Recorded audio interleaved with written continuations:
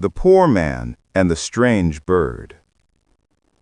Old Ramin lived in a tumble-down shack on the edge of the sprawling city dump. He had little more than the rags on his back and a tin bowl to collect rainwater. His days were spent sifting through the refuse, hoping to find something salvageable, a bent spoon, a coil of wire, anything to trade for a meager bowl of rice. He was poor, poorer than most. One scorching afternoon, while pushing his rickety cart past a mountain of decaying cardboard, he saw it, a bird. But this was no ordinary sparrow or crow. It was the size of a pigeon, but its feathers were a dazzling, almost metallic electric blue, fading into a shocking gold at the wingtips. It sat strangely still on a broken television set, one leg dangling awkwardly. It looked like a piece of living jewelry, impossibly out of place. Ramin approached slowly, his shadow long and thin in the harsh sun. The bird made no move to fly. It simply tilted its small head, its dark eye like a polished bead, and let out a single musical chime. Not a squawk or a chirrup, but a sound like a tiny struck bell. "You're hurt, little one," Ramin whispered, his voice raspy from disuse. He gently scooped up the bird. One leg was indeed broken. He brought it back to his shack, carefully splinting the tiny limb with two thin slivers of bamboo and a strip of torn cloth he'd salvaged. It fed it water from his tin bowl and a few grains of rice. The bird, which Ramin began to call Kala, meaning time or tomorrow in his old language, a word he hoped held some promise, was an enigma. It ate sparingly, but its calls were the strangest thing.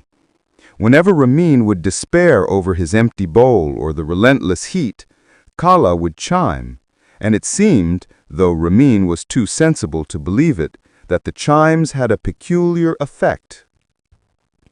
The first strange event happened a few days later. Ramin was grumbling about a patch of dry earth near his shack where nothing would grow. Kala chimed 3 times. The next morning, a few green shoots of an unknown herb were poking through the soil. Ramin boiled the leaves in water. The tea tasted faintly of mint and gave him a surprising burst of energy, allowing him to work twice as long that day. Then came the day he found the gold locket. He was searching a fresh pile of garbage when Kala, perched on his shoulder, let out a rapid series of melodic trills. Ramin's eye was drawn to a flicker of light under a rotting shoe. It was a small, ornate locket.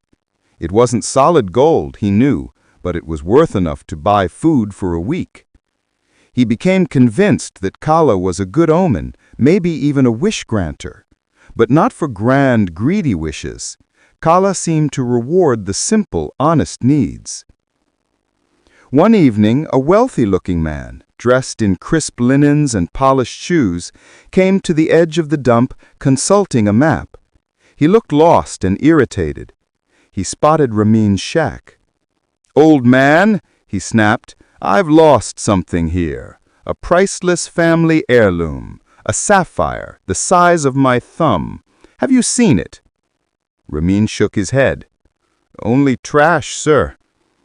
The man looked at the little shack, his lip curling in disgust, and turned to leave.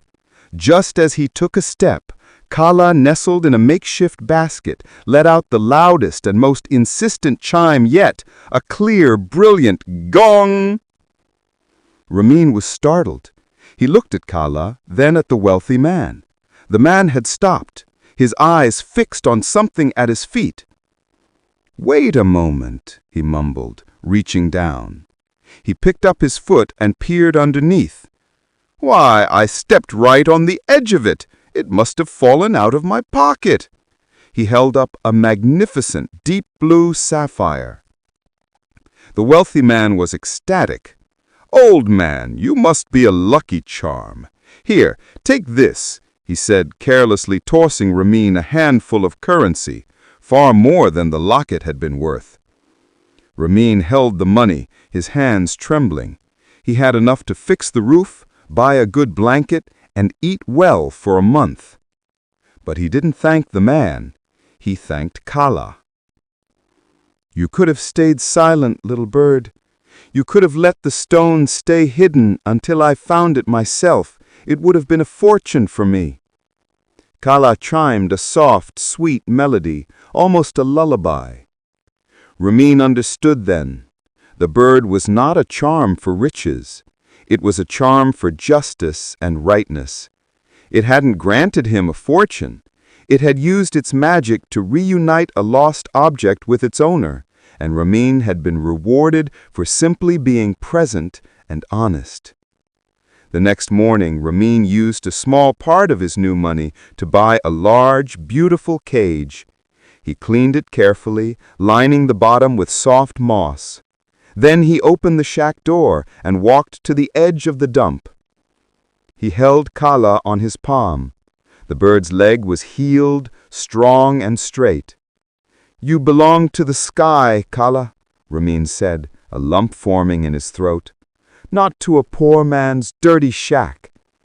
He gave the bird a gentle toss. The strange bird didn't fly away immediately.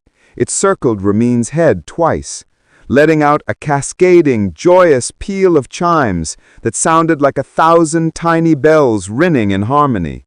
Then, with a flash of electric blue and gold, it soared high above the mounds of refuse until it was just a glittering speck against the vast, pale sky. Ramin watched it go, a genuine smile, the first in years, on his face. He was still poor, but his tin bowl no longer felt empty. He had shared his meager life with a wonder, and in return he hadn't received gold, but something much rarer, a brief, luminous moment of magic and a newfound belief in the subtle, chiming justice